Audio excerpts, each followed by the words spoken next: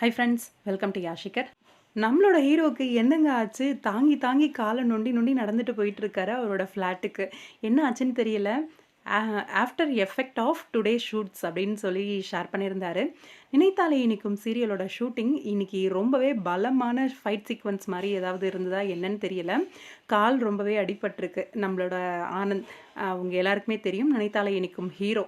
அவர் வந்து ஷூட்டிங்க முடிச்சுட்டு கால நொண்டி நொண்டி நடந்து அவரோட ஃப்ளாட்டுக்கு போற மாரியான ஒரு குட்டி வீடியோ வந்து ஷேர் பண்ணியிருந்தாரு. இன்னைக்கு ஷூட்டிங்கோட எஃபெக்ட் இது அப்படின்னும் அத வந்து போஸ்ட் பண்ணியிருந்தாரு.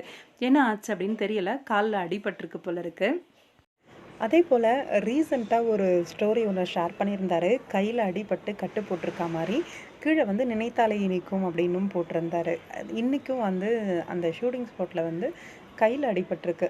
நெறைய கன்டினியூஸா ஃபைட் சீக்வென்ஸ் போயிட்டுருக்கு போல இருக்கு. நேத்திக்கு வந்து கால்ல அடிபட்ட மாரியான ஒரு ஸ்டோரி. இன்னைக்கு வந்து கையில அடிபட்ட மாரியான ஒரு ஸ்டோரி.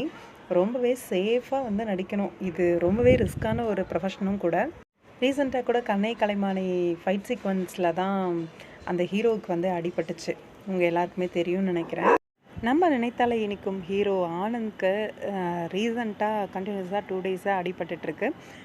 ரொம்பவே கேர்ஃபுல்லா இனி வர காலகட்டத்திலயும் நடிக்கணும்.